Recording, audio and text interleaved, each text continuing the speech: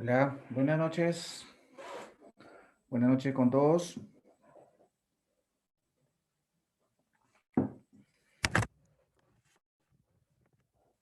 Buenas noches con todos. A ver, ¿cuántos estamos conectados?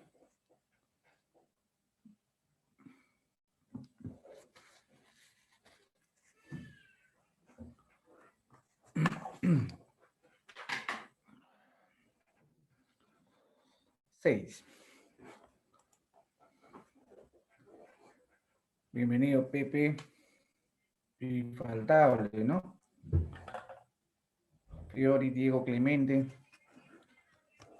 Bueno, primero vamos a saludarlos. Muy buenas noches con todos. Esta es la segunda sesión del diplomado en Derecho Penal, Procesal Penal y parte de litigación oral que vamos a desarrollar, que estamos desarrollando con la Escuela Integral de Especialización Profesional, CIEP.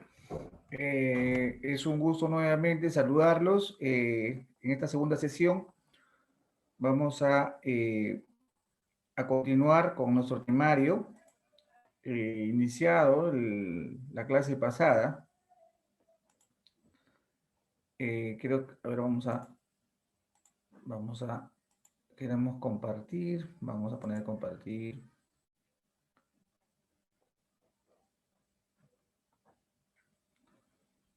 Del delito, esto, sí, ahí se ve, ¿no? Se ve bien. Se ve bien. Muy bien. La clase pasada, hoy vamos a comenzar temprano, la clase pasada habíamos hablado, habíamos abordado el tema inicial de este diplomado, que es el derecho penal parte general, y las cuales comienza con lo que es la acción, ¿bien? La acción, habíamos hablado de que toda configuración del delito requería ciertas condiciones, ¿verdad? Una de las condiciones era básicamente que sea una acción humana quien desencadene el suceso delictivo, como una cuestión que pertenece al mundo fenomenológico, ¿correcto? Porque es difícil poder imputar, pues, a objetos o a seres que no tienen naturaleza humana, ¿bien? Por ello, hemos hecho este gráfico a efecto de que puedan tener mayor comprensión. Por ejemplo, hablamos de hechos humanos. Bien, vamos a hacer un repaso rápido para poder entrar al tema también que subsigue, que viene a ser la tipicidad como una de las primeras categorías del delito y avanzar en todas las categorías, ¿sí? Habíamos hecho de manera sucinta una verificación de cada elemento del delito, o en todo caso, yo lo llamo categoría del delito, ¿correcto? Hemos dicho que los hechos generan consecuencias jurídico-penales en este caso, que es lo que nos interesa. Bien, y habíamos dicho también que en el Código Penal, en la parte inicial, está comprendido, en el capítulo primero, está comprendido sobre la parte general que viene a ser la parte esquemática del Código Penal, ¿correcto? Esto, el libro primero, parte general. Esto porque hay que entender que el legislador ha convenido de que sea de esta forma, ¿no? Primero debemos conocer qué cosa es delito, antes de decir que ya se ha cometido el delito, por ejemplo, de tráfico ilícito de drogas, habrá que saber primero qué cosa es delito, ¿bien? Entonces, esa categorización o la taxonomía de esta ciencia del derecho penal tiene que ser de esta forma. Hemos dicho que los hechos o la acción humana puede traer consecuencias jurídicas, ¿bien? Consecuencias jurídicos o también consecuencias extrajurídicos. Asimismo, hemos dicho que los hechos naturales por otra parte, no pueden ser pasibles de imputación o de atribución a una persona, ¿no? Habíamos dicho hechos, acciones, por ejemplo, de fuerza mayor, entre ellos, por ejemplo, naturales, básicamente. No podríamos atribuir un delito a un huracán, ¿no? Por ejemplo, por haber matado cientos de personas. Bien, sería imposible, una forma imposible por imputar. Por eso nuestro gráfico, como verán, está más echado hacia la derecha de esta parte, en donde nos dice que los hechos deben ser humanos, trae consecuencias jurídicas, también extrajurídicos. Estas consecuencias jurídicos pueden ser de dos formas, voluntarios, ¿bien? O involuntarios. Como podemos entender, todo lo que está con rojo, ¿no? Es el camino del rojo, serán pasibles de imputación o de atribución de responsabilidad, búsqueda de responsabilidad penal en una persona.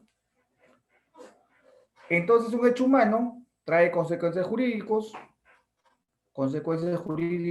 voluntarios, bien, se llama imputabilidad, los cuales serán actos ilícitos, delitos o faltas. Eso es lo que nos importa a nosotros. Bien.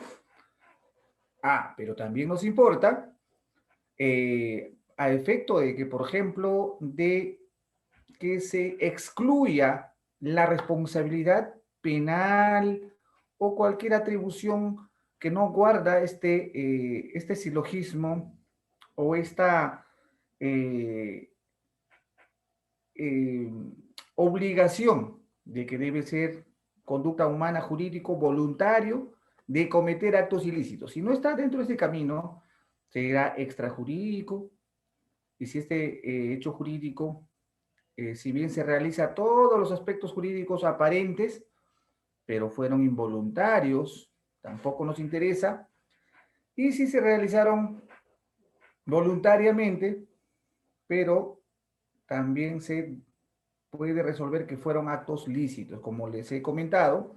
Ya estamos hablando de la antijuridicidad, por ejemplo, el hurto famélico, ¿no? Que les hablé el día de ayer, en qué situaciones se puede pasar por alto ciertos posibles delitos que a simple vista configuran el delito, pero para el derecho penal es insuficiente. Es insuficiente por el principio de lesividad. Bien, el principio de lesividad es la escala que va a dosificar, por ejemplo, el grado de lesión a un bien jurídico. ¿Y al derecho penal solo le interesa? ¿Cualquier hecho le interesa? No. Tiene que ser un hecho grave, ¿sí? Para que se pueda recurrir a la última ratio. Al derecho penal también se le conoce como la última ratio. Bien, dice cuando todas las esferas u otras áreas del derecho han fracasado, tenemos que recurrir al derecho penal. ¿No? Un concepto equivocado, por ejemplo, buscamos al derecho penal como primer mecanismo para solucionar cierta problemática social, lo cual no es compatible con derecho internacional o con preceptos dogmáticos, jurídicos. Bien, esto se cae en Maduro. Entonces, desde el punto de vista fenomenológico, el delito es un hecho humano, jurídico, voluntario e ilícito. Ilícito.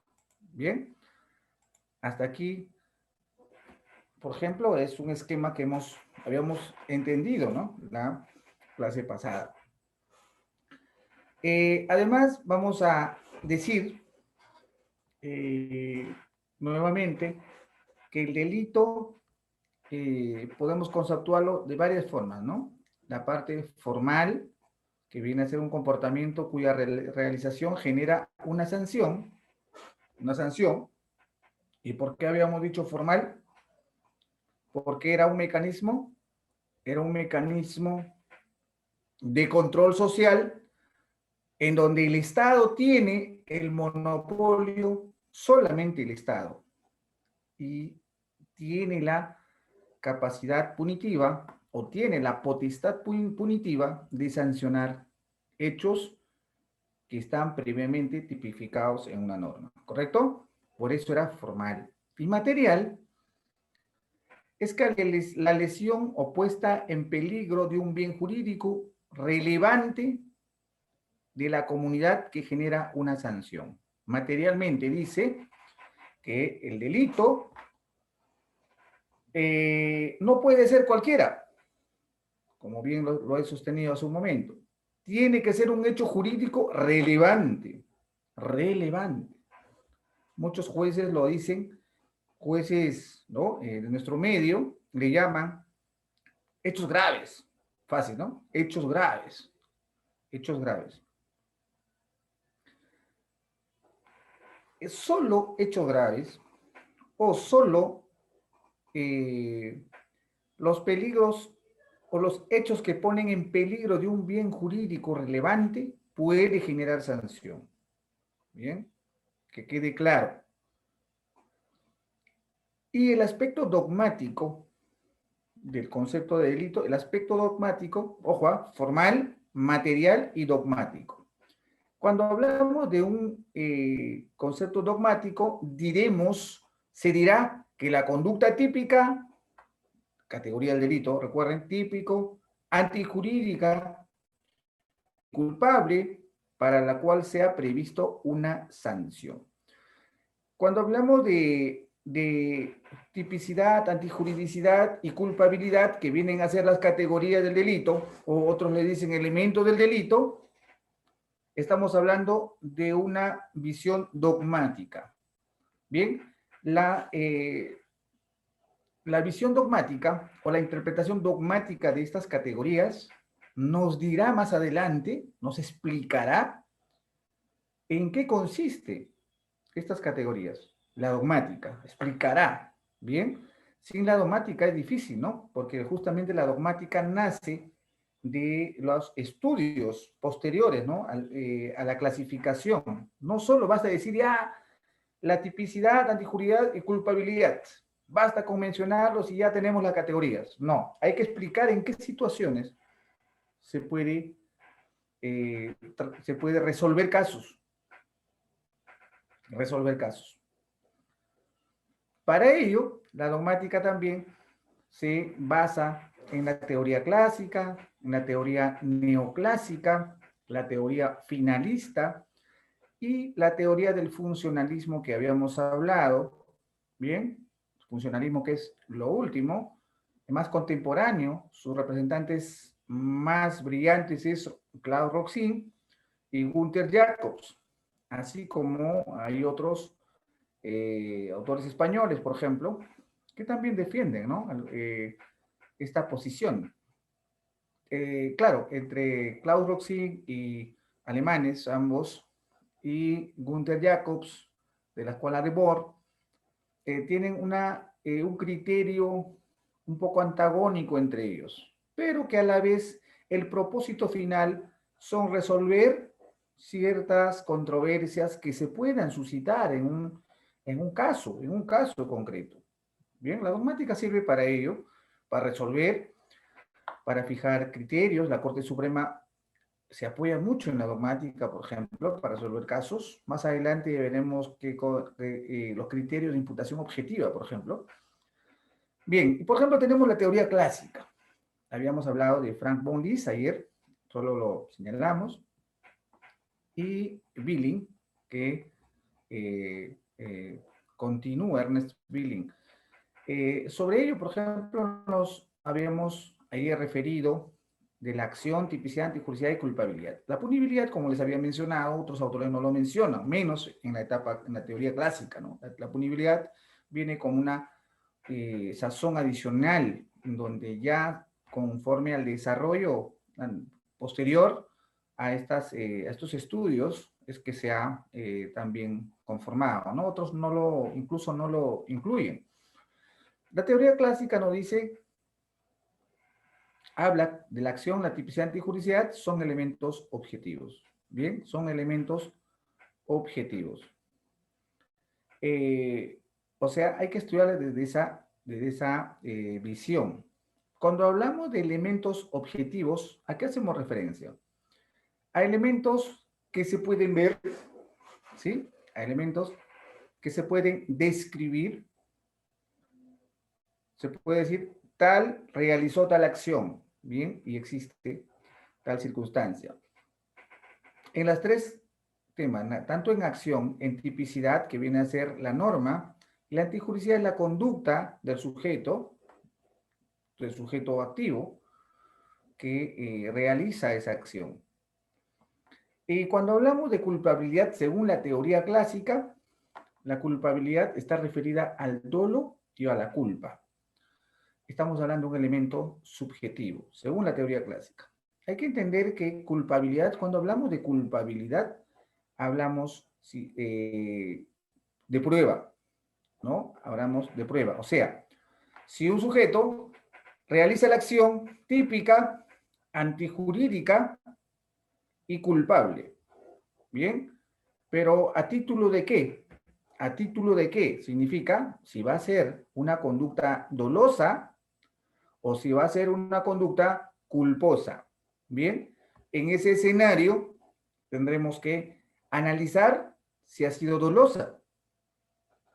Y el dolo es una interpretación o es uno de los elementos del delito que descansan sobre el elemento subjetivo, ya no en el elemento objetivo. ¿Por qué digo elemento subjetivo, estimados colegas? Porque el elemento subjetivo es aquel que no se puede percibir. ¿Bien? No se puede percibir.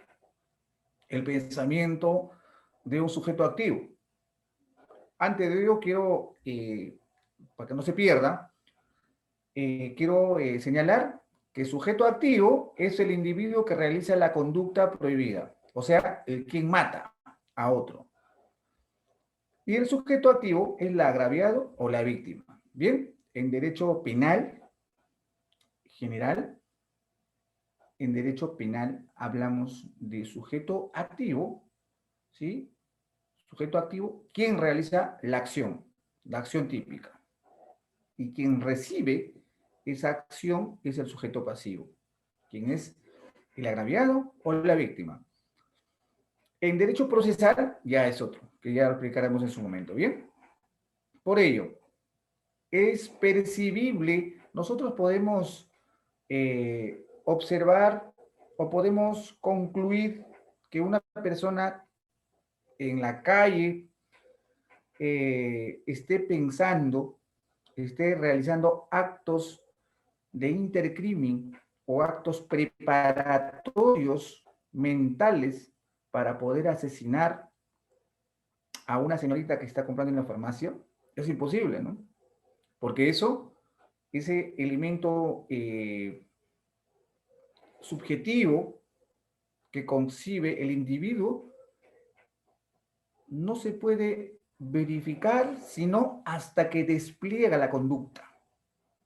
O sea, lo que quiere decir es que del elemento objetivo de la acción de sacar, desenfundar el arma, sicario, apuntar en la cabeza a la ciudadana, de disparar y correr, desde ese momento recién se puede realizar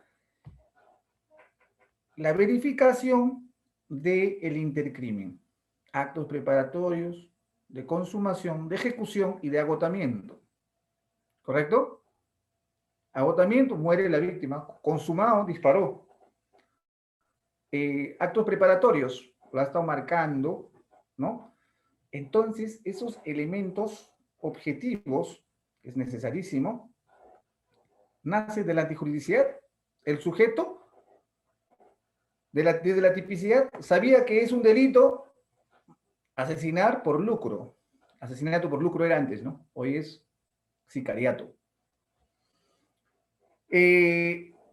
Sabe que esa conducta es prohibida, ya no va a ser homicidio. Si es por encargo, si es detenido por la policía y se le encuentra en su teléfono mensajes, y ahí se la chamba, por ejemplo, estamos hablando de un elemento objetivo. O sea, se encontró pantallazos de WhatsApp en donde el sujeto pues ha planeado, ¿no? Y es más, le dice, ya terminé la chamba, nos vemos en tal sitio para que me entregues la mitad, el saldo de la gaseosa, ¿sí? Así hablan. Y entonces, eso es un elemento objetivo. Doctor, pero entonces, ¿cómo sabemos que es culpa o dolo? Pues, al final. O sea, si lo mató para cobrar, correcto.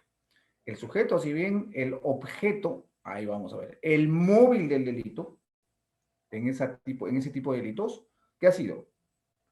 Lucro, dinero, ¿cierto? Sí, lucran con la vida de las personas, ¿no? Pero,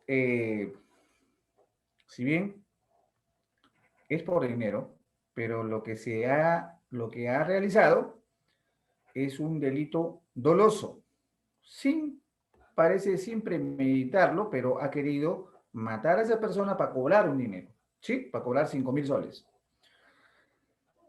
De esa diligencia de levantamiento del cadáver, de la visualización de las cámaras alrededor, de la detención de este sujeto en una persecución policial, de los pantallazos de celular, salen las evidencias. Esas evidencias, bien, son revisadas por el fiscal, en principio por la policía llama al fiscal, que es el director de la investigación, el titular, y se produce lo que se llama la imputación, atribución de la responsabilidad. El fiscal que realiza una calificación jurídica, porque de buenas maneras, o sea, de manera introspectiva, de manera ligera, el fiscal podrá decir, ¿eso se trata de sicariato? No. El fiscal ha tenido que tener evidencias, ¿cómo se llama esto? Diligencias urgentes. Diligencias urgentes que realizó ¿quién? La Policía Nacional, ¿no? A efecto de salvaguardar las evidencias, ¿no? De que no se dañen, se escondan. Entonces ha puesto en cautela todas las evidencias. De ello, bien, de los actuados, el fiscal calificará el delito y con denotada sapiencia jurídica penal de una calificación debida, sin lugar a dudas, realizará una imputación. Dirá, es sicariato, un delito doloso, obvio, porque no existe culpa en ese delito, ¿bien? Y basta que dijo que es sicariato, basta que dijo que es sicariato, que este sujeto es un sicario, ya se está sobreentendiendo de que la acción desplegada subsiste, existe un elemento subjetivo. O sea, se trata de un delito doloso. Ah, espérate. Y en el camino, en el proceso, se demostrará, pues obviamente, porque la imputación puede cambiar, sí, puede cambiar incluso, pero es necesario que impute rápido para que se sepa de qué tipo de delito la defensa puede defender. Bien, el trabajo de la defensa tendrá que ver a qué ataca. Si ataca la tipicidad, de repente era robo agravado. De repente ataca a la antijuridicidad. De repente existe un error de tipo, de prohibición, se equivocó, u otras. Si ataca la culpabilidad, va a tener que demostrar que los medios probatorios, ¿no? Puede haber una insuficiencia o a través de medios probatorios podría atacar la culpabilidad. Bien. O por último, ya de repente para la final, para la calificación final, tendrá que encontrarse el grado de participación de este sujeto. De repente era un sicario inmediato, mediato, en fin, ¿no? Hay otras ya posterior calificación. Lo que es cierto es que estamos hablando de un elemento subjetivo. Aquí es donde nace el elemento objetivo, el elemento subjetivo nace de lo anterior. La pregunta del millón. Doctor, ¿y solo puede existir elemento subjetivo y elemento objetivo ya no importa? O sea, solo se puede realizar el elemento subjetivo, o sea, el dolo y culpa, ya no nos importa si hay acción, no. Imposible. Todo lo contrario. Si no hay acción, si no existen elementos objetivos, ¿bien? Si no se realiza, si no se demuestra elementos objetivos, no hay elementos subjetivos. Es preclusivo. Si no murió, si no se disparó, si Juan no disparó a José, no hay sicariato. Tendrá que suceder primero uno para que se pueda demostrar lo otro. Por eso, en las disposiciones fiscales o en las denuncias penales formuladas por abogados, lo primero que se va a verificar viene a ser los elementos objetivos, de qué forma se realizó, los hechos, eso es, los hechos, y luego señalará que actuó con dolo. Sí, con dolo. ¿Y dolo qué es? Elemento subjetivo. Bien, ¿y dolo qué cosa comprende en su interno? El intercrimen, la voluntad y el conocimiento de querer matar a otra persona por lucro, por dinero, por pago, ¿no? Asesinos a sueldo. Ajá, doctor, ¿y qué tal si ocurre no sicariato, pero ocurre otro? Eh, Conducción de vehículo. Decía 60 kilómetros y el sujeto se fue a 80. Rompe una regla, ¿sí? Quebranta una regla social.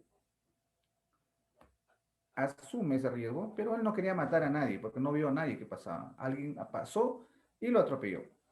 Bien, homicidio culposo. A ti también. El elemento subjetivo en culpa, en este caso, es que el sujeto asume, pues, ¿no? Asume, se conforma con ello, pero no alcanza para un delito doloso, ni para la mínima intensidad. Bien, porque dependiendo del caso concreto, también se puede confundir con un dolo eventual. Hay una delgada línea entre el nivel inferior de dolo con la culpa consciente, porque hay dos tipos de culpa. Culpa inconsciente, el querer hacerlo sin premeditar, por ejemplo, yo subo al vehículo, no me percato quién está jugando debajo del vehículo, arranco y me voy a aplastar a un niño. Bien, es una culpa inconsciente. No tuve absoluta conciencia de que debajo del carro un niño estaba jugando canicas. Pero culpa consciente es una culpa más intensa. Yo voy y rompo una regla, una norma. Y esto es el control de velocidad. Y gracias a ello, o dice, reduzca velocidad escolares. No me importa y voy. Bien, eso puede ser calificado incluso a un dolo eventual. Tendrá que verificarse ciertas circunstancias. Bien, ok, esto más o menos lo que nos quiere explicar la teoría clásica. ¿Alguna pregunta? Ya saben, pueden abrir sus micros, cualquier cosa, ¿ya? Entonces, vamos a, ¿no? Siempre acción va a estar presente, ¿no? Acción va a estar presente porque el delito es una acción humana. Es una acción humana. ¿Qué cosa era? Acción, nuevamente, reiteramos, manifestación voluntaria del mundo exterior, perceptible por sentidos, manifestación de voluntad, resultado, ojo, ya estamos hablando de un resultado, ¿no? Y relación de causalidad. Esto es lo que nos dice la teoría clásica, ¿bien? Pero, claro, estas teorías han sido un poco desfasadas más adelante. Pero en síntesis, yo recomiendo que se aprenda también de esta forma, ¿no? Si no hay, si no existe una relación entre acción y resultado, una relación de causalidad, es difícil que se le atribuya, ¿no? Entonces dice aquí, la manifestación voluntaria del mundo exterior perceptible a los sentidos. Dice, solo importa el comportamiento humano, como les había comentado, voluntaria que transforma el mundo exterior. Por ejemplo, si yo no manipulo el arma de fuego en estado de ebriedad, no habrá peligro común, peligro abstracto, ¿no? O sea, peligro común. Entonces, la manifestación de voluntad es que el movimiento corporal no haya sido determinado por una visión absoluta, inconsciencia o fuerza absoluta, ¿no? Por ejemplo, eso es para descartar la responsabilidad. Si determinamos que el sujeto estaba hipnotizado, por ejemplo, los movimientos reflejos les comenté, el epiléptico, el sonambulismo, todo ello, ¿no?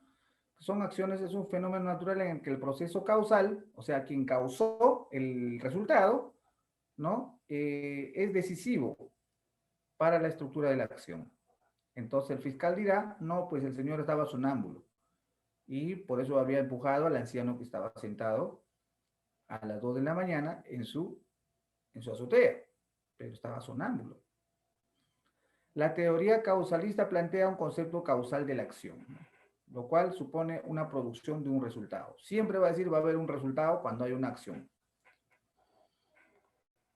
Ejemplo, si un sujeto, Juan, en el bosque dispara un arma de fuego, a consecuencia de la cual muere un campesino que andaba por allí buscando leña. Bien. Para constatar la acción, preguntarse, ¿hubo manifestación en el mundo exterior? ¿Existe resultado? ¿Hubo una relación de causalidad entre la acción humana y el resultado? Sí, hubo una acción y un resultado, ¿no? Hubo. Y hubo una manifestación. Por ejemplo, la manifestación, ¿cuál es? Del mundo exterior, disparar el arma. El resultado, la muerte de Juan. No, la muerte del otro sujeto. ¿Hubo una relación de causalidad entre la acción humana y el resultado? Sí, el disparo que realizó Juan produjo la muerte, ¿no? Del campesino que andaba buscando leña. Entonces, manifestación de voluntad más resultado es igual al nexo causal. Eso es vital. Bien, la relación de causalidad que produce, que pueda ser conocido como delito o un hecho delictivo, es el nexo causal.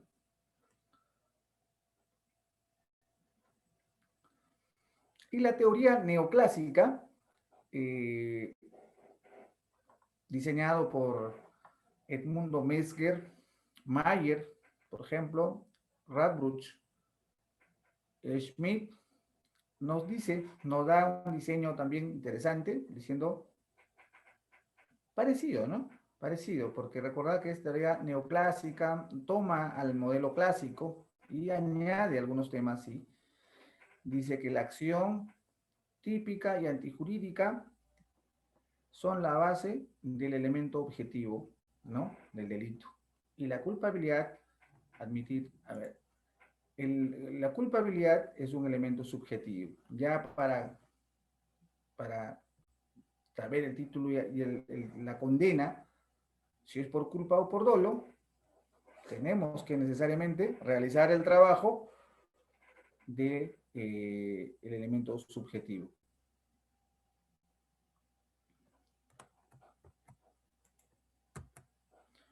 Bien, ahora sí.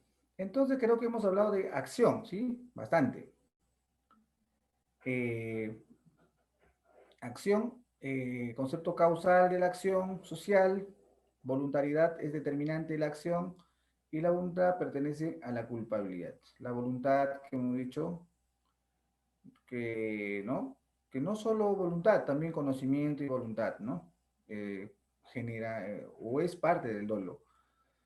Esto, en la tipicidad, ya estamos hablando de otros temas. La tipicidad engendra, por ejemplo, a un elemento objetivo. Bien, a veces subjetivo en delitos sexuales. Ya vamos a explicar. Bien, es la descripción de la antijuridicidad material del daño. No indicio, es fundamento de la antijuridicidad. O sea, cuando hablamos de antijuridicidad, es que el sujeto tiene la acción de romper las reglas jurídicas. Pero, ¿qué regla jurídica va a romper si previamente no estaba tipificado? Bien, por principio de legalidad, eso es lo que debemos entender. Y la antijuridicidad, por ejemplo, como les señalaba, es el objetivo valorativo lesión a intereses jurídicos que realiza despliega el sujeto activo del delito, o sea, el accionante, dañosidad social. Donde no hay lesión no debe predicarse el delito. Bien, entonces, como les decía, si queremos realizar una defensa, por ejemplo, analizando el caso concreto, tenemos que elegir a cuál ataco. ¿Ataco la tipicidad? ¿Ataco el elemento objetivo? Señalo que no fue el arma de Juan lo que lo mató, sino fue el de José. Tendré que demostrarlo. O sea, ¿no? Quien dice el artículo 106, quien mata, ¿el qué? Mata a otro. Pero si él no lo mató y la pericia lo dice, es atípico la conducta. Empero, la antijuridicidad es si el sujeto realizó o no realizó la acción. Y si realizó, es porque ha tenido de repente cierto elemento de justificación que hablaremos. Por ejemplo, la legítima defensa. Atacaré, de repente ha sido una legítima defensa. Bien. El antijuridicidad también, por ejemplo, es lo que se conoce como errores. Errores de tipo de prohibición, error de tipo vencible, invencible, o, por ejemplo, en los lugares alejados, en la Amazonía de la selva, por ejemplo, se realiza acceso carnal a temprana edad, a las menores, ¿no? A los 11 años o 10 años. Eso es un error de tipo culturalmente condicionado.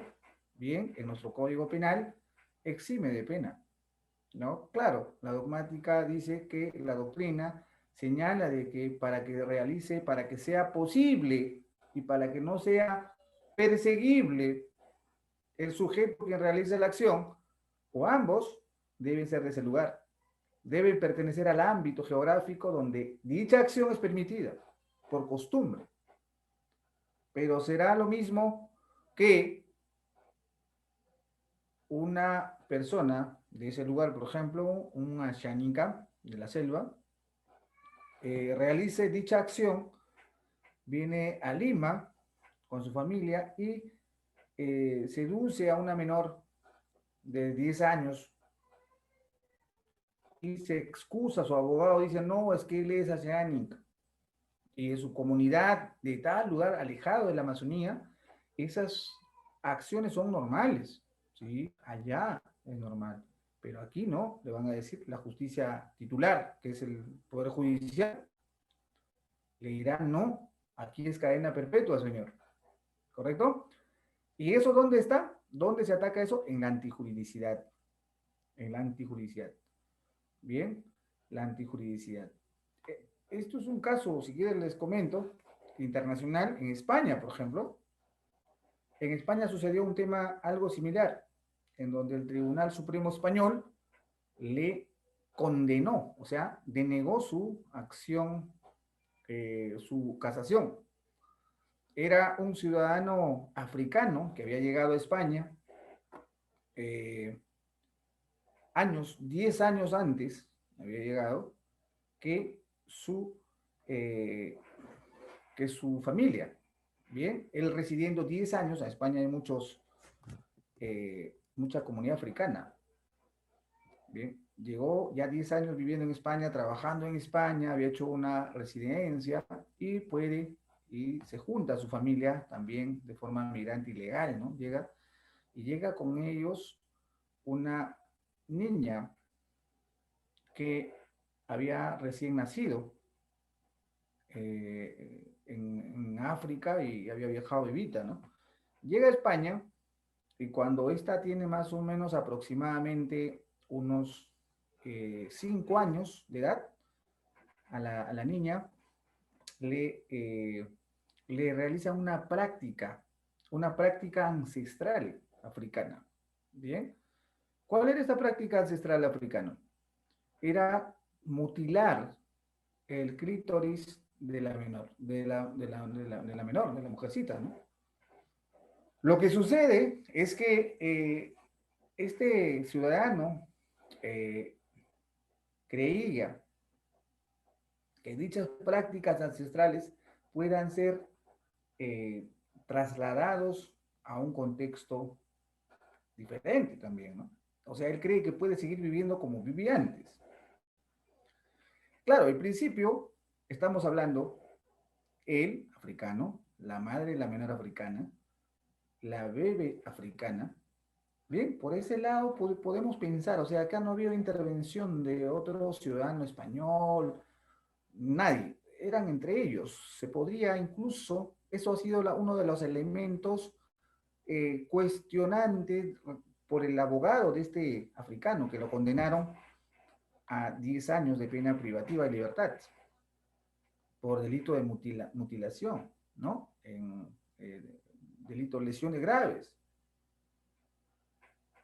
Eso ha sido uno de los puntos casacionales. Pero ¿qué ha dicho el Tribunal Supremo Español? Y que eso, ojo, por derecho internacional, se sabe de que las sentencias de los tribunales europeo, español o demás otros países por derecho comparado es también utilizable en nuestros medios, ¿no? El Tribunal Supremo Español señaló de que si bien este ciudadano eh, era africano, la mamá también africana, la menor también africana, pero el hecho de que este sujeto ya había vivido 10 años en España, le debió haber hecho prever de que la comunidad española no realiza dichas prácticas. Bien, y era suficiente tiempo como para poder amoldarse a la sociedad española. No tanto por una exigencia legal, pero sí por máxima la costumbre. Uno ya, pues ya no come, pues no cazando del monte, ¿no? En España.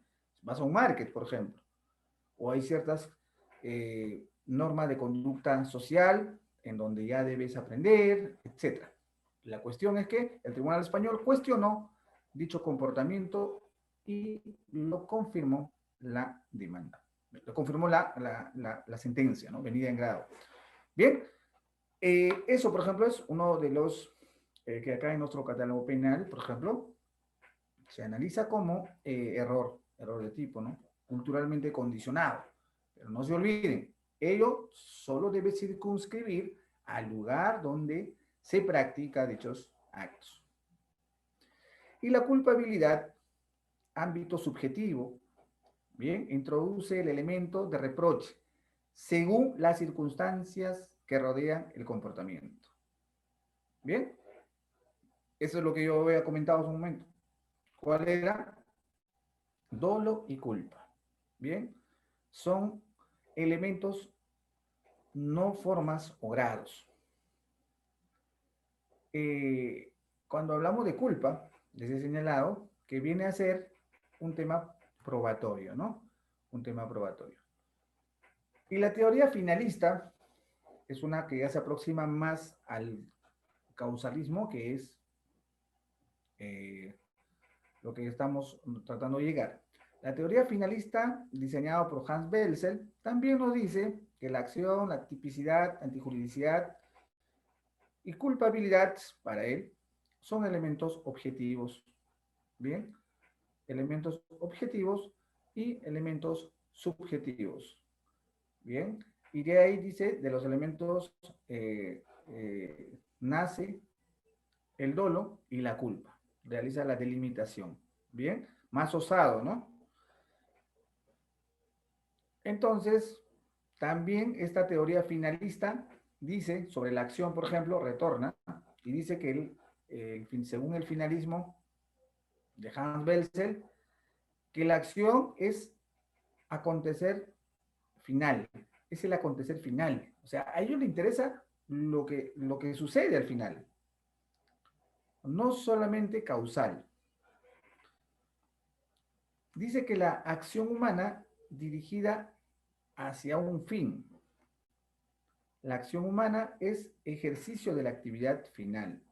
Por ejemplo, la finalidad o el carácter final de la acción se basa en que el hombre, gracias a su saber causal, puede prever, dice, dentro de ciertos límites, las consecuencias posibles de su actividad, proponerse por tal fines diversos y dirigir su actividad conforme a los mismos. Esta teoría, para resumirla, decía de que, por ejemplo, si Pepe no hubiese vendido el arma, no hubiese importado el arma de Estados Unidos para vender en su armería, y que Lucho viene a la armería y compra el arma, no hubiese matado a María. Bien, entonces era imposible, ¿no? Imposible imputar así. Así tendríamos que imputar, por ejemplo, no a Juan quien envenena a María por celos, sino a quien fabricó el veneno previamente, el campeón. Por eso era difícil realizar imputaciones con esta teoría. Decía que la acción supone la voluntad y esta implica la finalidad. Fase de realización de la acción. Era fase interna de realización y la fase externa de realización, ¿no? La interna, anticipación del fin, selección de los medios y consideración de los efectos. Era difícil. ¿Cómo podía saber que Juan está comprando el veneno para envenenar a María? Lo normal es que lleven el veneno para envenenar a los ratones, ¿no? Y la fase externa, realización en el mundo exterior, desata el proceso causal. Ocurre en el mundo real. Bien, era un poco más complicada. Dice que la fase interna de realización era anticipación mental del fin. Por ejemplo, ocurre en la esfera del pensamiento. Se propone una meta, ocurre en la esfera del pensamiento, ¿no? En fin propuesto en el tiempo, tiempo aún inexistente, permanece en la conciencia y pertenece a la imaginación. Entonces, lo que acá quiere decir es que dice, debe haber una anticipación mental. Habría que mentalmente quitar, ¿no? Por ejemplo, Juan quiere matar a Diego. Habría que anticiparse de que iba a matar a Diego. Ese era un trabajo, una fórmula ineficaz que ha sido desfasado, ¿no? El finalismo, en donde también nos decía que la fase interna de realización nos daba a entender la determinación de los medios. Por ejemplo, determinar los medios, avanza en la proposición, selección de los medios en base a su saber causal y al potencial del mismo. Para matar a Diego, dispone dispararle, hacerlo con un revólver. Bien. Entonces, esos son algunos elementos en donde no había tenido apoyo, ¿no? Esa propuesta, esa teoría. Decía propuesta de fin, medios, ejecución y fin. En cambio, ya la teoría funcionalista, bien, acuñado por Roxin, moderado Gunther Jacobs, sociológico, o también lo dicen el autor del derecho penal del enemigo, le decían funcionalismo radical, Jacobs. Sí, aquí ya, por ejemplo, en el funcionalismo moderado de Roxin, reconoce los elementos del delito, bien, en el ámbito de la teoría finalista. Solo en el ámbito, solo eso, pero con una orientación político-criminal. Bien, los presupuestos de la punibilidad deben estar orientados por los fines del derecho penal.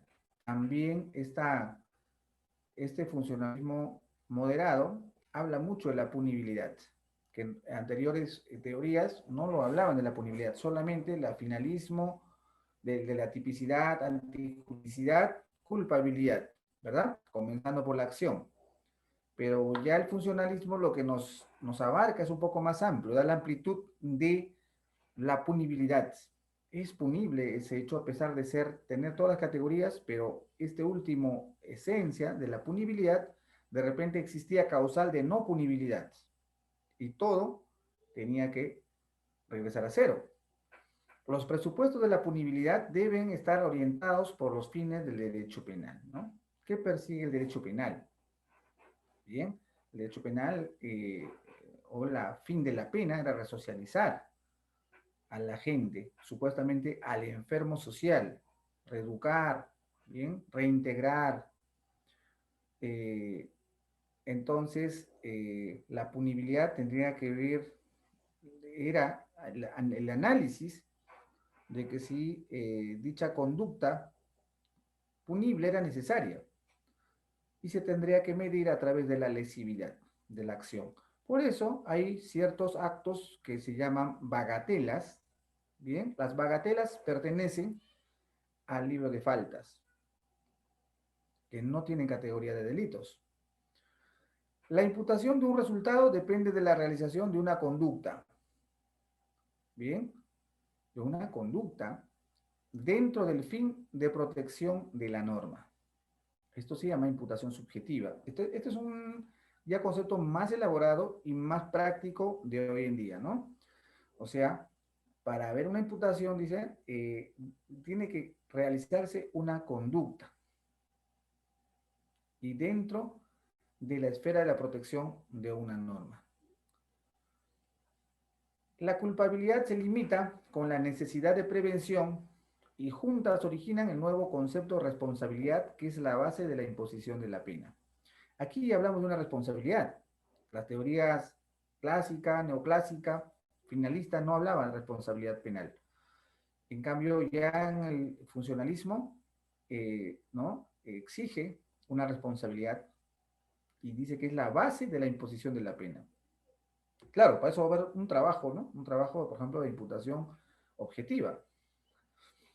Eh, Funcionalismo sociológico de Jacobs, sin embargo, habla de una figura novísima, muy nueva, interesante, que dice el derecho penal es garante de la identidad de la norma, la constitución y la sociedad. Cuando digo que es radical, eh, Jacobs, hago referencia a que mientras Roxin solo se limitaba a una imputación que depende de la conducta, ¿no? De un sujeto, de la realización de esa conducta del sujeto, dentro del fin de protección de la norma, o sea, puede ser una conducta neutra, ¿no? Sin transgreder tu posición, tu neutralidad. Y la culpabilidad se limitaba a necesidad de prevención y recién de ella salió una responsabilidad. Pero el funcionalismo sociológico de Jacobs, cuando imputa, por ejemplo, exige algo más. Dice que tú eres garante. O sea, el derecho penal, perdón, es garante de la identidad de la norma, la constitución y la sociedad. O sea, el sujeto no solo debe mantener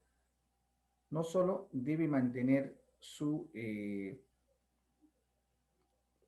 posición neutral, sino debe entender de de que tiene una responsabilidad de no hacerlo también. Su objeto de este funcionalismo sociológico o radical es objeto de resolver el sistema social.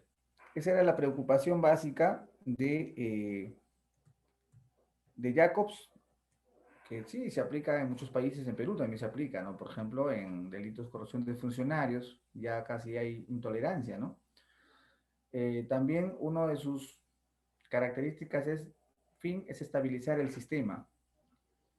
Bien, eso respecto a lo que es, estimados amigos, el tema de la esbozo de en general, de lo que era acción, ¿no? Acción típica, antijurídica, culpable desde la óptica de las teorías legitimadoras, ¿no? Desde sus orígenes. Pero vamos a revisar a fondo. Eso no es tampoco tan sencillo, ¿no? Y vamos a pasar inmediatamente a lo que viene a ser la tipicidad. La tipicidad, la primera categoría, es la primera categoría del delito. Claro, para que exista delito, tiene que haber una acción, como ya hemos hablado, ¿no? Puede ser la conducta eh, por acción o por omisión. Pero ¿qué cosa es un tema, una tipicidad como elemento del delito? Tenemos que conocerlo. Es la operación mediante el cual un hecho que se ha producido en la realidad, bien, es adecuado o que está encuadrado dentro de la norma. Ya lo habíamos dicho de forma general. Así que los conceptos que ya hemos señalado ya va quedando, ¿sí? Ya va quedando. Cuando hablamos de tipicidad, no se olviden, estamos hablando de un tipo penal. ¿Ya? Si bien ya vamos a ir pasando, hablando con propiedad. Si bien la categoría de delitos, tipicidad, antijuridad, culpabilidad, punibilidad. Ya, pero de ahí va también tomando forma otras palabras, como es el tipo penal. Por ahí cuando escuchen, ¿a qué tipo penal encuadra la acción de ese sujeto? Está hablando de la tipicidad. Y el tipo penal es la descripción de la conducta prohibida establecida ¿por quién? Por el legislador. ¿Y dónde descansa? En el Código Penal, de la supuesta conducta. Bien. La tipicidad en general es la adecuación de la conducta en el tipo. Si A mata a B, ¿dónde lo encontramos? Artículo 106 del Código Penal. Entonces, ese es un tipo penal, ¿correcto? Ya estamos, entonces estaba tipificado dicho hecho. Y le va a tocar al fiscal encuadrar. Un sinónimo de encuadrar, subsumir. Bien, subsumir la norma. Subsumir los hechos al tipo penal. Bien, entonces vamos construyendo una forma adecuada de lenguaje penal, ¿sí? Del jurídico penal.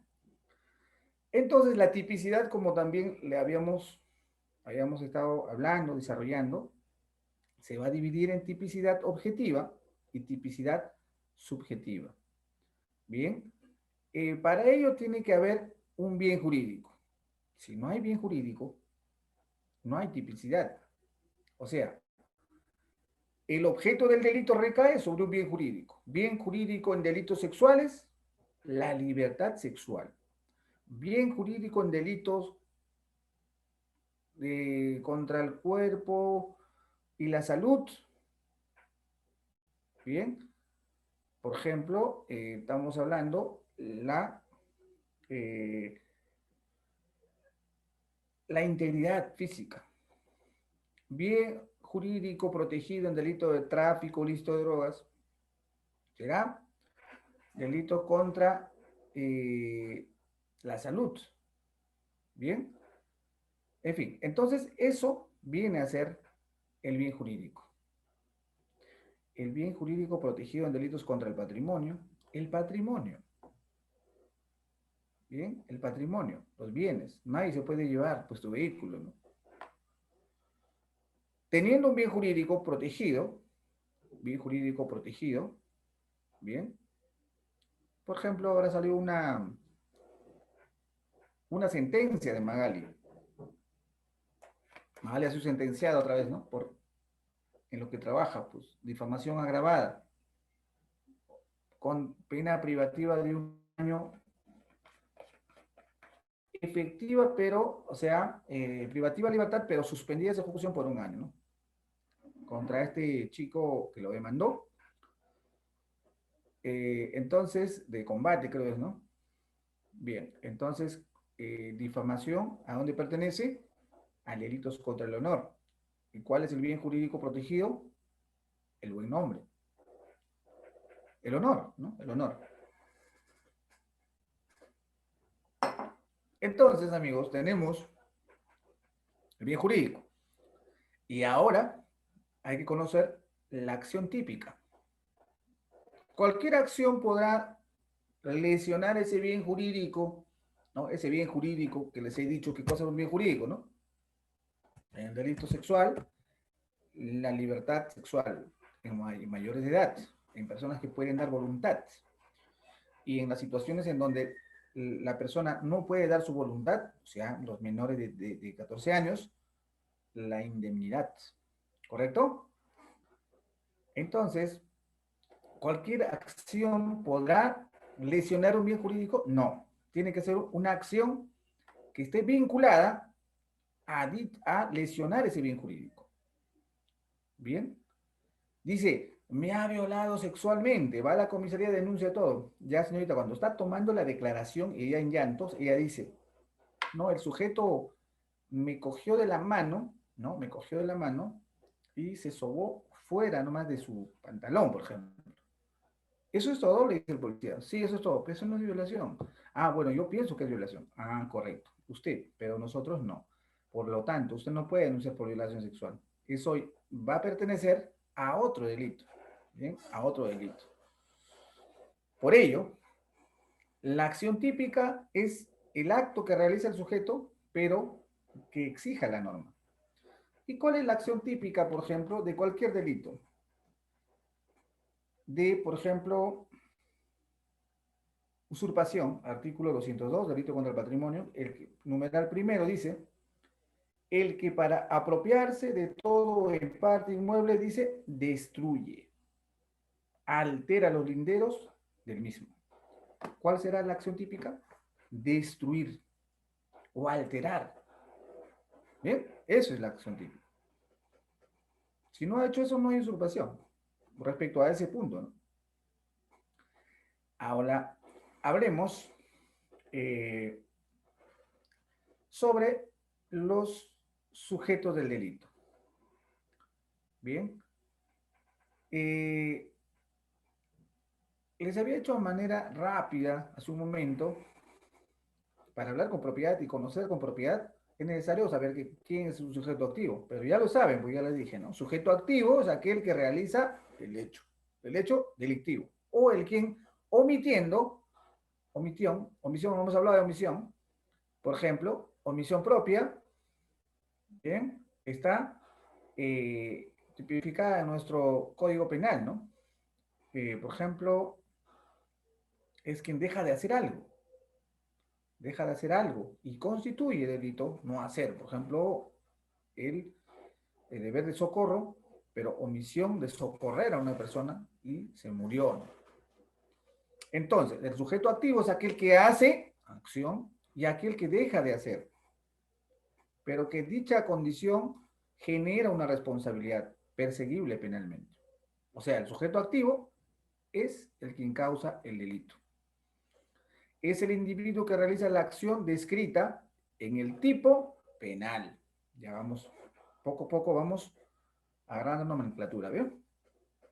Entonces, en adelante, cuando hablamos del derecho penal, hablemos con propiedad. Señor, ¿usted es abogado de quién?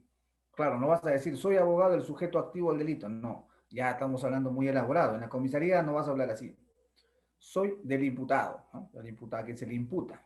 Pero sí ya en un escenario técnico jurídico, una audiencia, dirás, no vas a decir, ¿no? Los hechos, Ernesto López tal, no plasmó el hecho delictivo porque tal, no. Contra el sujeto pasivo, dirás, el sujeto activo de este delito no es mi cliente. Y el sujeto activo, el individuo, ¿no? Que realiza la acción o omisión de un tipo penal. Hay que distinguir a los sujetos, ¿bien? ¿Por qué? Porque el autor tiene responsabilidad penal por un hecho cometido, en tanto que el sujeto activo, o sea, la víctima o el agraviado, es quien recibe o que sobre él es desplegado dicha conducta. No tiene responsabilidad penal, ¿no? O, por ejemplo, a menos que sea, en este caso, un menor de edad, él podrá ser, ¿no? Puede cometer un delito, no necesariamente, pero si un adulto le mandó a hacerlo, la imputación irá al adulto por instigación. de cometer delito a este menor, ¿no? Se convierte en un instrumento del delito. Y el sujeto pasivo es el titular del bien jurídico lesionado o puesta en peligro. Por ejemplo, una pregunta. En delitos ambientales, en quema de bosques, ¿quién es el sujeto pasivo? ¿Quién es el agraviado? ¿Mi vecino? Bueno, puede ser, ¿no? Materialmente. Pero legalmente es el Estado, ¿bien? Por la contaminación ambiental, etcétera, etcétera, ¿no? O, por ejemplo, en ciertos delitos, como en peligro abstracto o delito de peligro común, delitos abstractos, es el Estado. Porque el sujeto tenía el arma de fuego y estaba, en toxicología salió que estaba drogado. Realizó disparos al aire, pero no mató a nadie. ¿Quién podrá denunciarlo? ¿Tú podrás denunciarlo por la bulla del disparo? ¿O por el miedo que desplegó al percutar el arma? No, el Estado. ¿Por qué? Porque si bien ese actuar no dañó directamente un bien jurídico material, pero se presume que pudo haber matado a alguien. Entonces, es un peligro abstracto, que cualquiera pudo haber sido su víctima. En cambio, peligro concreto, que vamos a hablar detalladamente más adelante, peligro concreto es aquel, por ejemplo, robo agravado, peligro concreto, porque le robó, hay un agraviado y hay un detenido, sujeto activo y sujeto pasivo. O sea, la acción del delito ha sido recaído sobre un agente en concreto. En cambio, el peligro abstracto es aquel que subsiste, ¿no? Los delitos continuados, conducción en estado de ebriedad. Mientras no choques, pero estás conduciendo en estado de ebriedad, cometes el delito de peligro abstracto, porque no has, claro, es un delito continuado, porque estando ebrio, todo el tiempo que estás manejando, estás cometiendo el delito. ¿Bien? Eso es necesarísimo, ¿ya? Conocer. Una vez entonces, eh,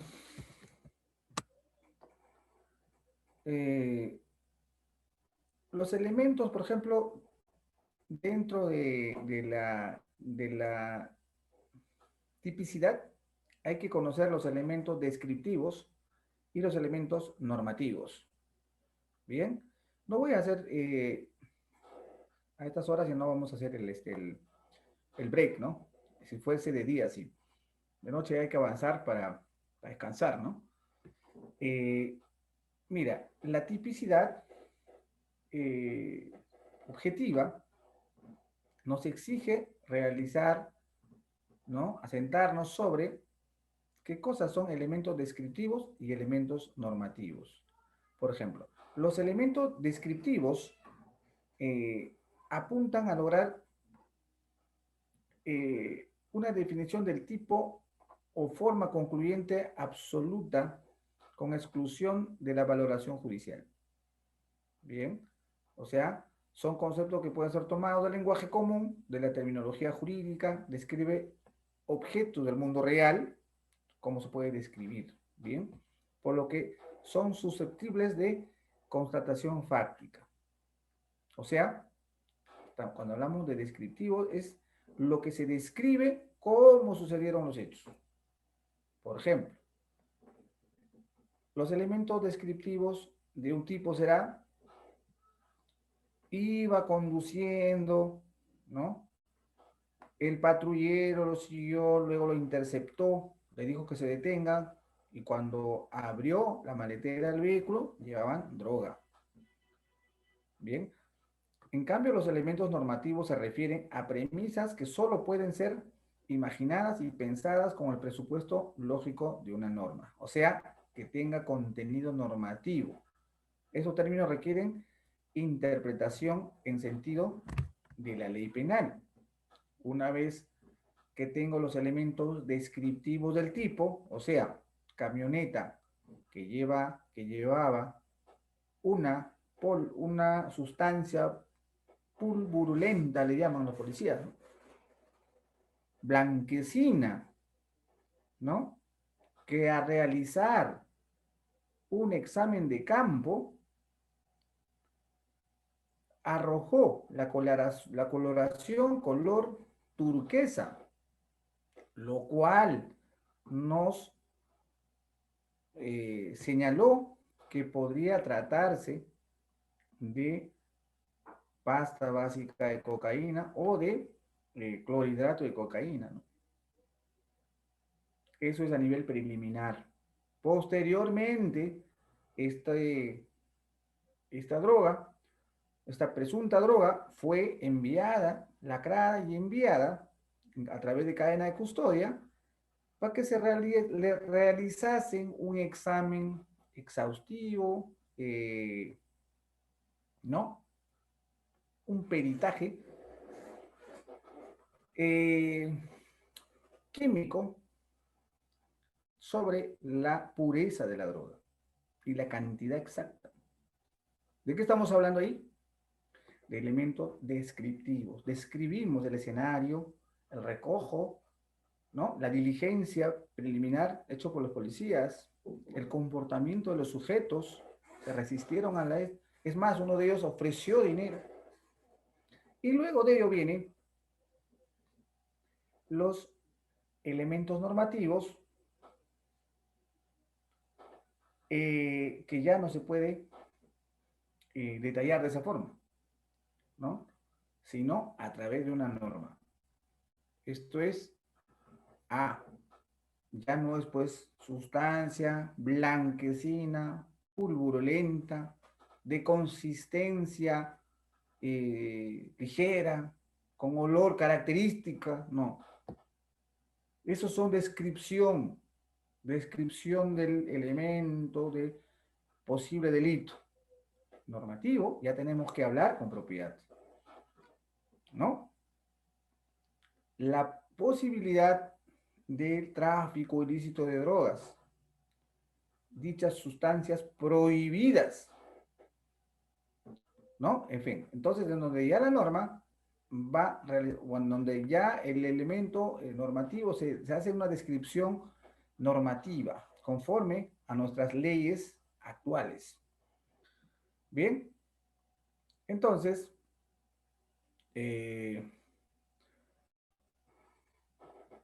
ahí es necesario, por ejemplo, ingresar al terreno de realizar los elementos objetivos, por ejemplo, eh, de la tipicidad en base a qué? A dolo y culpa. Dice el dolo es el agente, es consciente de querer dañar un bien jurídico, o sea, lesionar llevando la droga, querer lesionar al derecho a la salud, ¿no? Contra la salud. Una de las características de la comisión de estos delitos dolosos es porque tienen una identidad en lo que el sujeto activo, obviamente, ¿no? Hace y quiere realizar. Vamos, por ejemplo, doloso. ¿Llevabas droga? Sí, llevaba droga, ¿no? ¿Para qué? Para consumir. Señor, ¿vas a consumir 3 kilos de pasta básica de cocaína? ¿Eso es usual? No. Sí, yo iba a consumir, era para la semana, ¿no? Entonces, por ejemplo, eso es lo que él podría decir. Pero en realidad, una cosa es lo que él dice y otra es lo que él realmente, bueno, va a denotar un trabajo oficioso del parte fiscal para demostrar que este sujeto tuvo una acción dolosa de tráfico ilícito de drogas, no de consumo, por la cantidad también que está normada, ¿no? ¿Cuánto puedes consumir? Dado de que había 3 kilos de droga, este sujeto quería era traficar, lesionar un bien jurídico protegido, el derecho a la salud. Se lesiona, ¿no? En forma general, con distintas modalidades de tráfico ilícito de drogas. Bien, entonces, en cambio, en la culpa, El sujeto no busca ni pretende lesionar un bien jurídico, pero su forma de actuar arriesgada y descuidada produce la lesión. Doctor, ¿y en tráfico ilícito de drogas se puede actuar con culpa? Sí, se puede. O en todo caso, no tanto actuar por culpa, pero se puede delimitar con un error de tipo. Hay varios acuerdos plenarios que en tráfico ilícito de drogas, por ejemplo, de 3 o más agravadas, se tiene que, dice la Corte Suprema, se tiene o se exige de que se compruebe de que todos los sujetos actuaron con conocimiento y voluntad. Cuando dice conocimiento y voluntad, ¿a qué se refiere? A que conocían el carácter delictuoso de su acción. Ah, doctor, ¿y qué pasa si no conoce, que no conocía, pero llevaba una caja de droga? Un error de tipo invencible, por lo cual se acepta por dolo. Pero como el delito de tráfico ilícito de drogas solo se puede, culpa, solo se puede cometer a título de dolo, no de culpa, entonces se exime de responsabilidad penal del sujeto. O sea, si bien, si bien eh, Pedro López, ya que está de moda el nombre de Pedro López viajaba en el transporte, el rápido, llevaba con él una caja sellada que minutos antes, según las cámaras, ha recibido de tal sujeto, pero estaba sellada. Y en la caja decía Ayudín, y nueva y todo, ¿no? Y él tenía que entregarlo a Margarita, que estaba en Puente Piedra. Lo recibe en Santa Anita y tenía que ir a Ancón, por ejemplo. Dígame, y si no, se verifica que el sujeto pues no abrió nunca la caja, le dijeron que llevase ayudín. Ah, ¿y cómo demuestro? Espérate, el celular. Le dice, mira, para que lleves esta caja, te voy a pagar, ¿sí? Te voy a pagar 100 soles. Le vas a entregar a Margarita, que está en Ancón. Y el sujeto pues lleva la caja, pero luego es abordado por la policía y le hacen abrir la caja.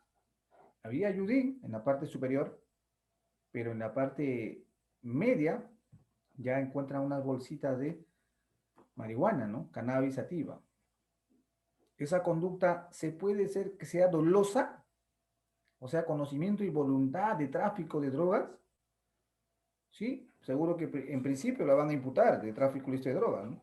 Al pesaje tenía 4 kilos de marihuana. No, señor, pero yo estaba trasladando ayudín, eso me dijeron que llevara.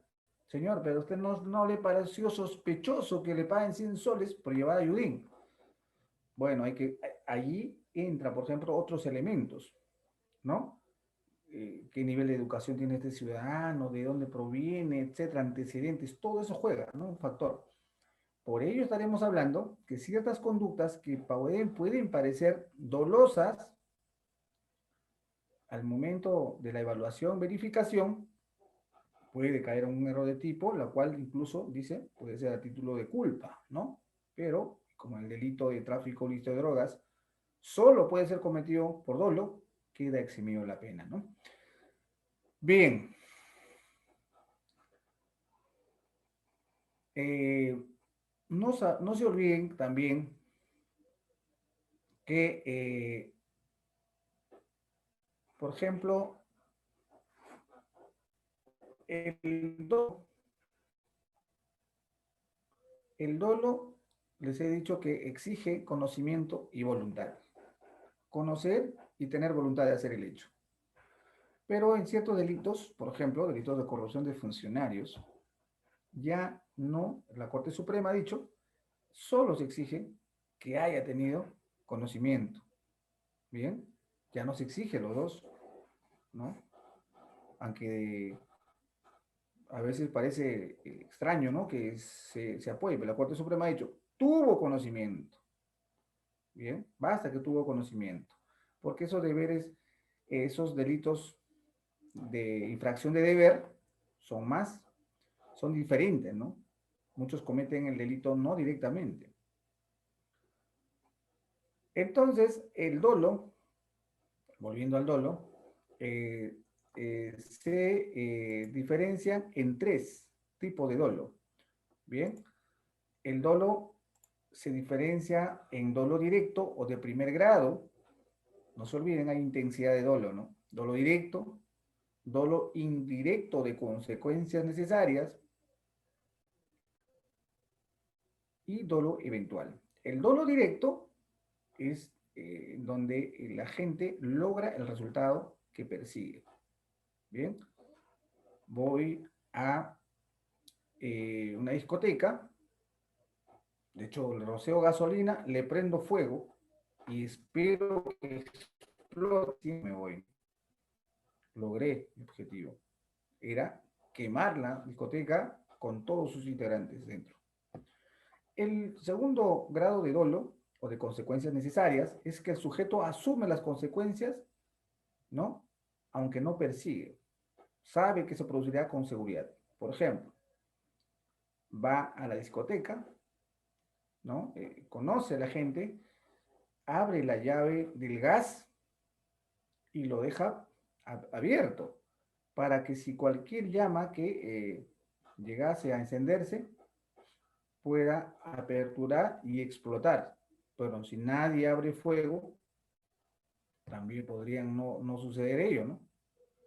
Pero alguien fumaba un cigarro justo, paró y prendió un cigarro, pero el sujeto ya se había retirado y explota.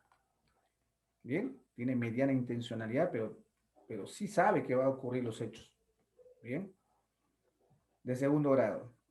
Y el dolo eventual, la gente no quiere producir un resultado, no quiere producir un resultado, pero considera que este es de probable producción. El sujeto es un administrador de la discoteca donde han fallecido muchas personas en Miraflores, ¿no? Eh, contrata juegos artificiales dentro de una discoteca, ¿no?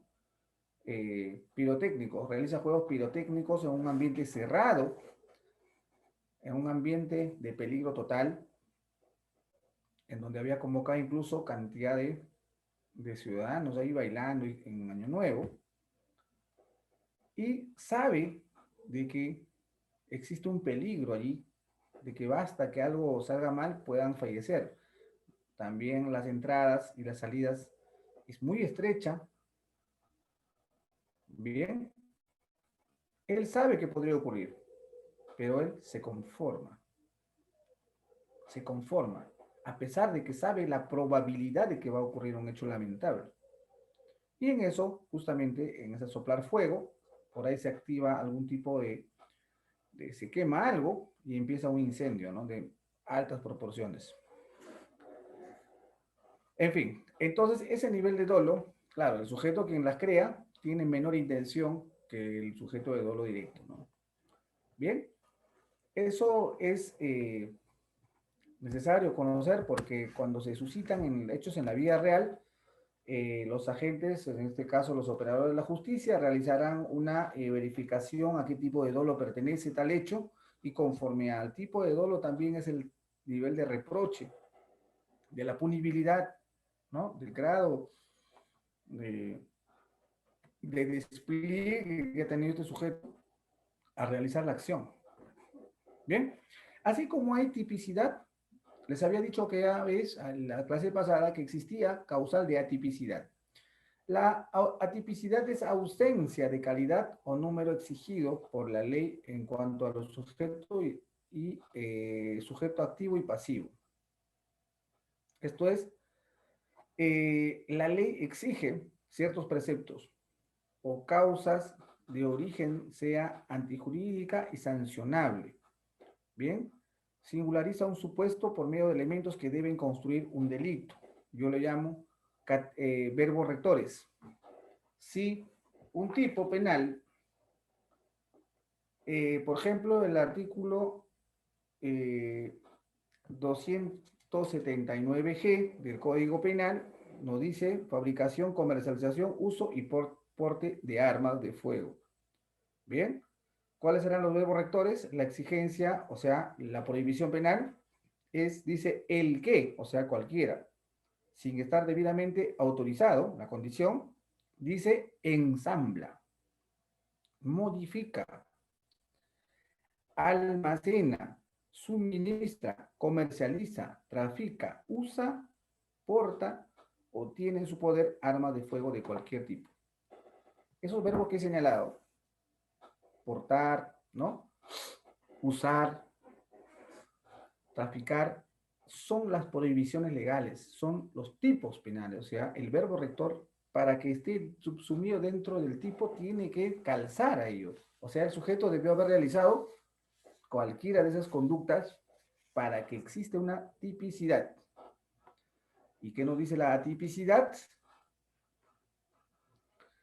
Que cuando no cumple con ello, con la tipicidad, no encuadra al delito o al tipo. Ya no se puede construir sobre ello. ¿Bien? Entonces,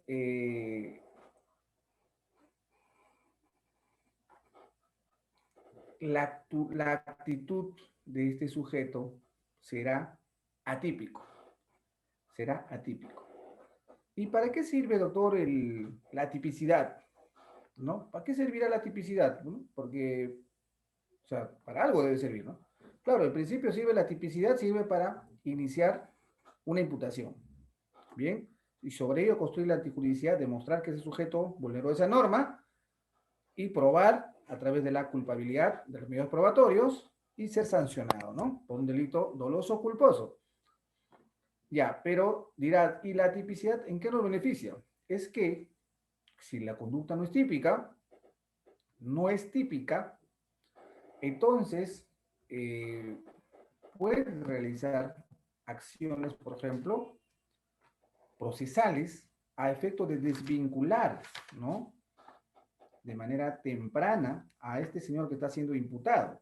Con el nuevo Código Procesal Penal, por ejemplo, eso ya es posible, ¿no?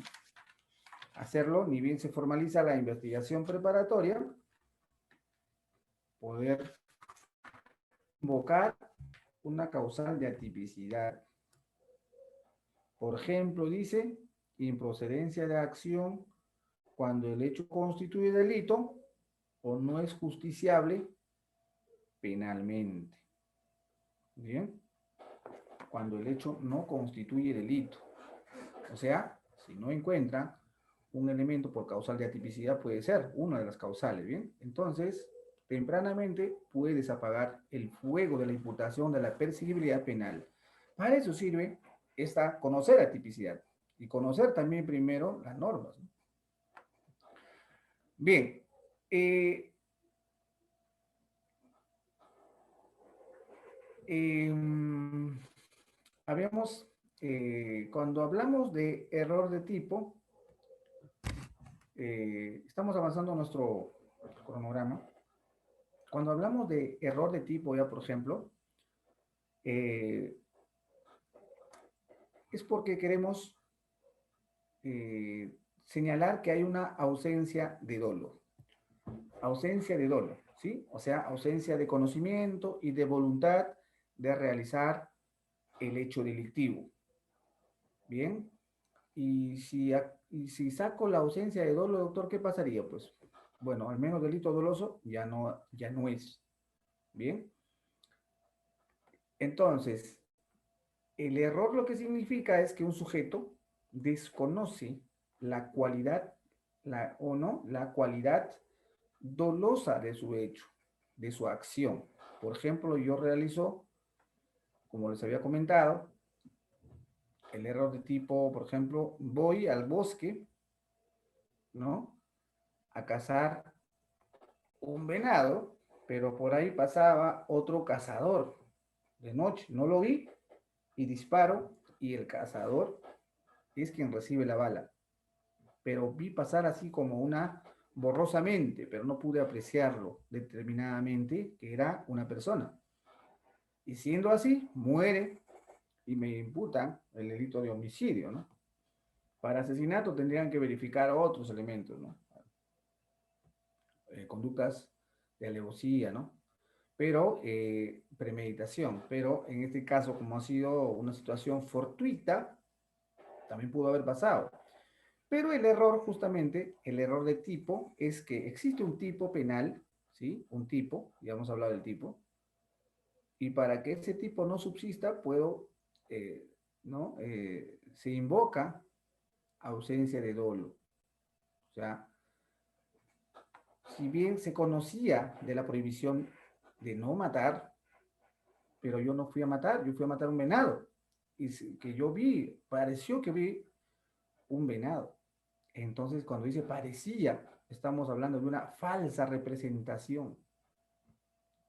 Entonces se puede plantear un error de tipo vencible o un error de tipo invencible.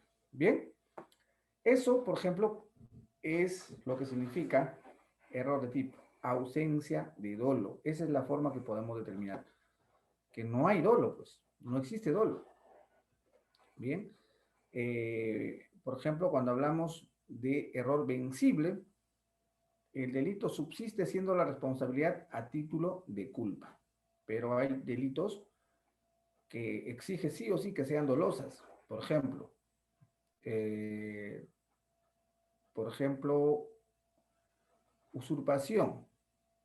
En la generalidad son dolosas, ¿sí? Dolosas. Por ejemplo, el delito de colusión. Son dolosas, son dolosas. O sea, el agente, en función de su cargo, ¿no? Pacta eh, con un empresario a efecto de darle la licitación, ¿no? De que le convenga a él y con fines de luego le va a dar un porcentaje, ¿bien? Entonces eso no puede ser por culpa, pues.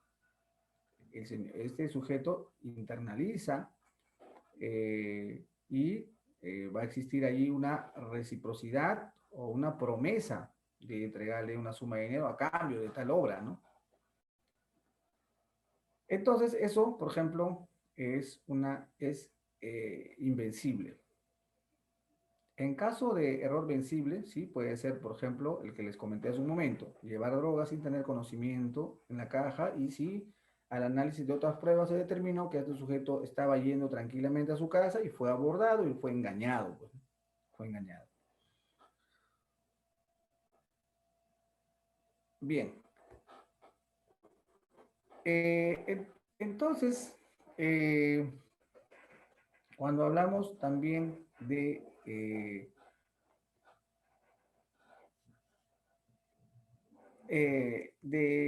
la error, por ejemplo, del error de los tipos de errores, bien, los tipos de errores sirven también o están dentro de los medios de justificación. Son elementos que el legislador ha previsto a efecto de no causar arbitrariedad judicial penal. Bien, ustedes se imaginan que no exista este tipo de elementos, pues estos son elementos dogmáticos. Si no existirían este tipo de elementos, estaríamos prácticamente, ¿no?, a la razón que cualquier juez te dicte, ¿no? Te dicte cualquier penalidad por cualquier hecho. Pero como existe esta discusión, este análisis, entonces los jueces tomarán en cuenta, se detendrán, analizarán y podrían, ¿no? Podrían sí aceptar la propuesta del defensor. Incluso un fiscal podría proponer, ¿sí? Porque es garante de la legalidad, el fiscal. Bien, hemos hablado de delito. Estamos hablando de delito y hemos hablado de tipicidad. Dentro de esto, discusión de delito, tenemos todavía 15 minutos. También nuestro sílabus nos marca que tenemos que hablar de concurso. Bien, ya hemos dicho qué cosa es un delito, ¿no? Elementos del delito. Y dentro de este delito existe una formas de delito. Eso se llaman, por ejemplo, concursos. ¿Qué son concursos? Cuando se generan varios delitos con una acción o varias acciones cuando se va a cometer un delito. Vamos a diferenciarlo tanto el concurso real como el concurso ideal de delitos. Bien, nuestro Código Procesal Penal es sumatoria de penas.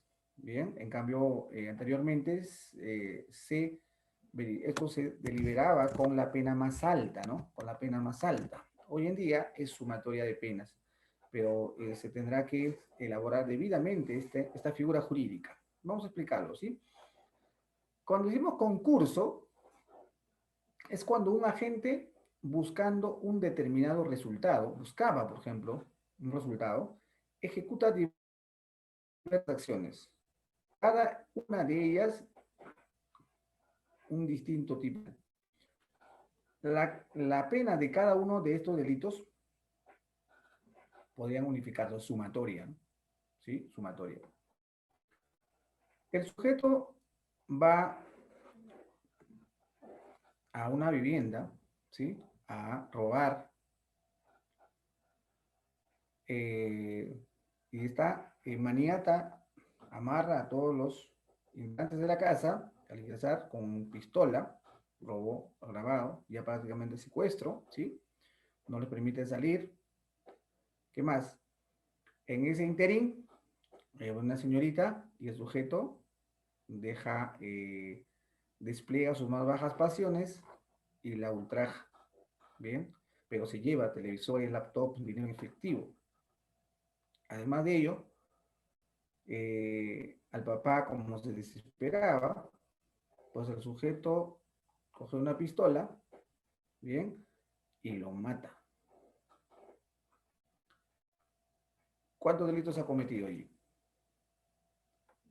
Robo agravado, secuestro, ¿sí? Porque los ha tenido bastantes horas amarrados, eh, homicidio al ciudadano, ¿no? Secuestro subsecuencia de muerte, que es más grave. Esta situación, ¿cómo puede resolver un fiscal, ¿no? O un juez para emitir una condena? El sujeto fue a robar. Ah, de pasito lo mató, pero no importa, solo robo agravado nada más. ¿No? Solamente robo agravado. ¿Será eso? No, el legislador buscó, ¿bien? La forma de imputar. Lo denominó concurso real de delitos. ¿Bien? Cada uno, cada delito que cometió este sujeto son delitos independientes. Independientes. Serán analizados bajo su nomenclatura. O sea, el fiscal tendrá que decir en su acusación circunstancias precedentes, concomitantes y posteriores del delito robo agravado. Circunstancias eh, eh, antecedentes, concomitantes y posteriores, precedentes, concomitantes y posteriores del delito de secuestro. Y así. Delimitará cada delito independiente. Pedirá la pena para cada uno de manera independiente. ¿Bien? Y así el sujeto estará procesado por 3 delitos, ¿no? Solicitando una pena en conjunto. Para eso tiene que realizar un trabajo de fiscal, realizar un trabajo de margen punitivo en cada uno de ellos, tanto la pena que quiere la reparación civil de cada uno de los delitos, y al final dirá el total, ¿no? Ese es el concurso real. Bien, por ejemplo, características de este concurso real de delitos es unidad de sujeto activo, o sea, un sujeto. Las acciones deben ser realizadas por el mismo sujeto. Ah, espérate, doctor. Y si de repente estaba ahí, lo tenían secuestrado, y entra otro ciudadano llamado Richard, y ya no era Juan quien realiza las otras acciones. No, ya no es un concurso pues, de delito. A él ya no se le puede atribuir, sino a su cómplice o a su coautor. Bien.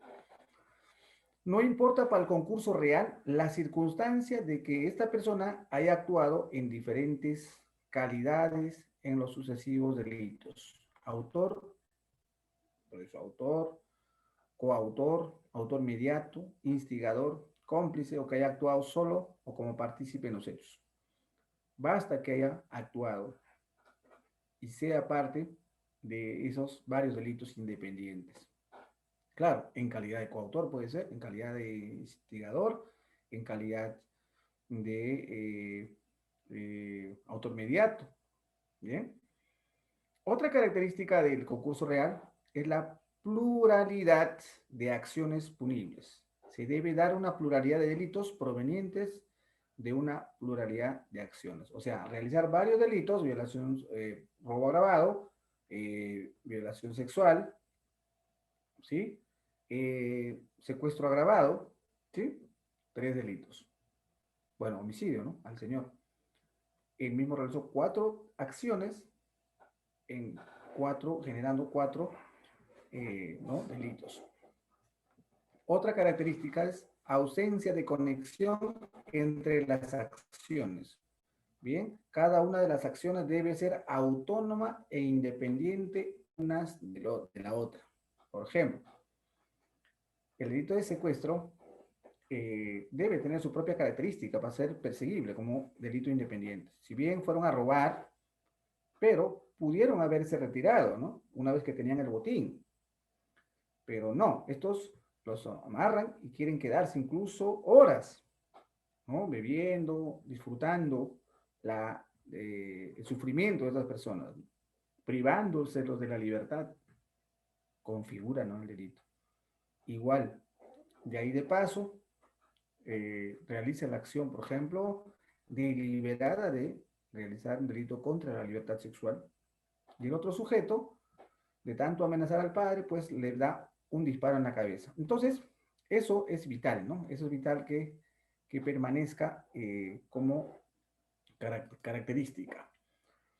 Además, el concurso real son 2 tipos, heterogéneos y homogéneos. Cuando decimos heterogéneo, es que los delitos son diferentes.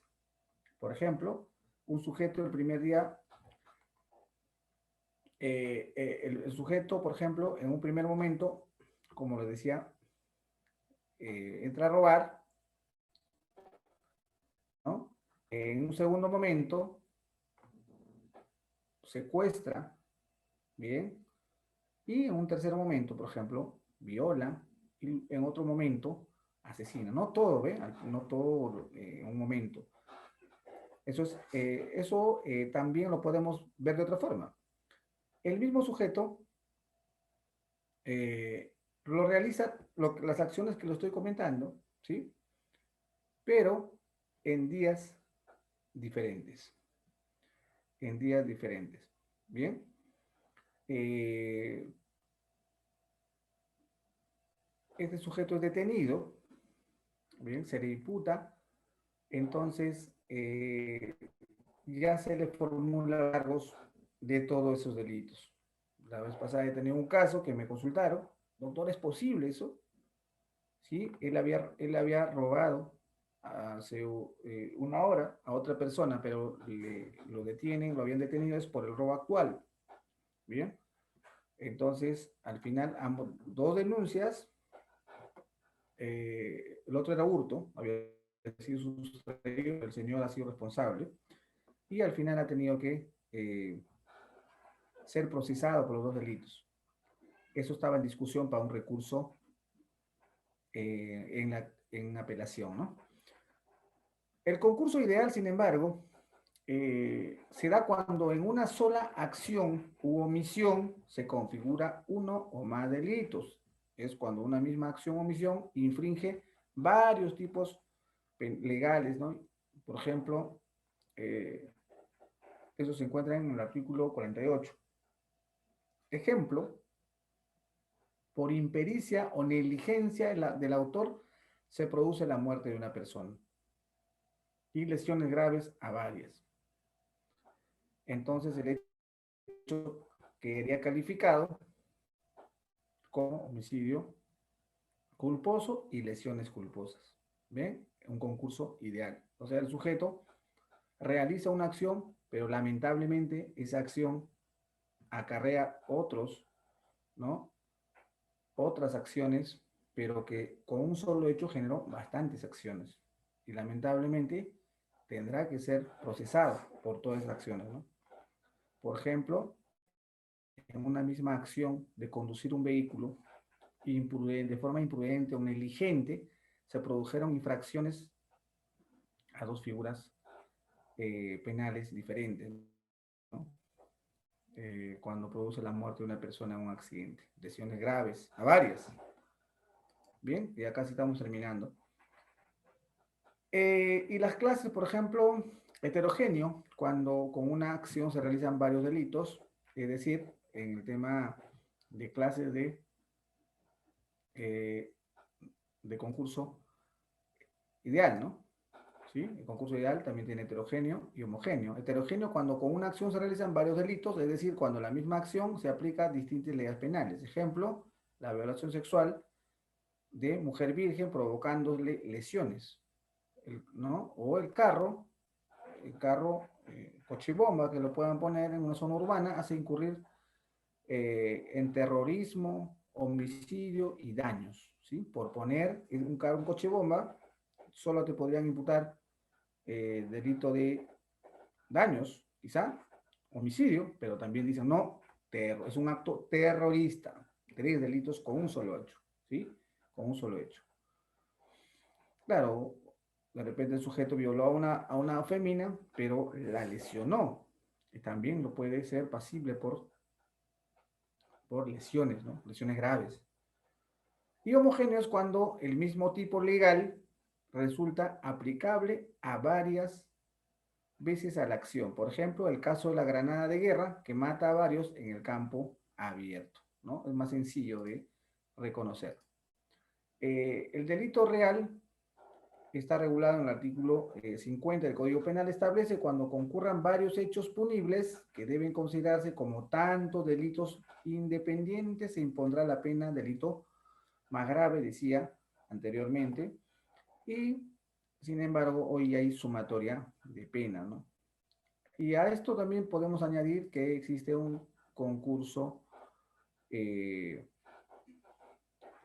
aparente de leyes, ¿bien? Que también ayuda a resolver casos. Por ahora, nos vamos a quedar ahí. Estamos cumpliendo la temática que se nos han alcanzado a efecto de justamente colmar la expectativa de este diplomado, ¿sí? Bien, eso sería todo. Si tienen alguna pregunta, si no, pasamos a retirarnos, ¿sí? Ahora vamos a preguntar, vamos a dar un minuto.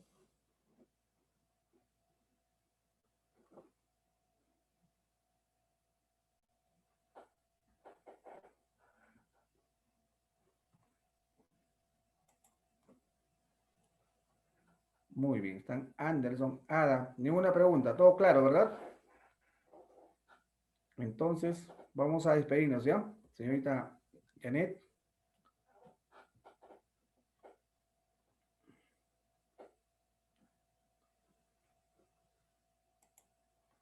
Doctor, buenas noches. Buenas noches. ¿Sí? ¿Me escucha, no? Entonces, Claro ya que que sí, no hay doctor. preguntas, vamos a retirarnos, vamos a desearles las buenas noches a todos y nos vemos en la sesión próxima. Ya, muy bien, doctor. Muchísimas gracias. Buenas noches. Buenas noches.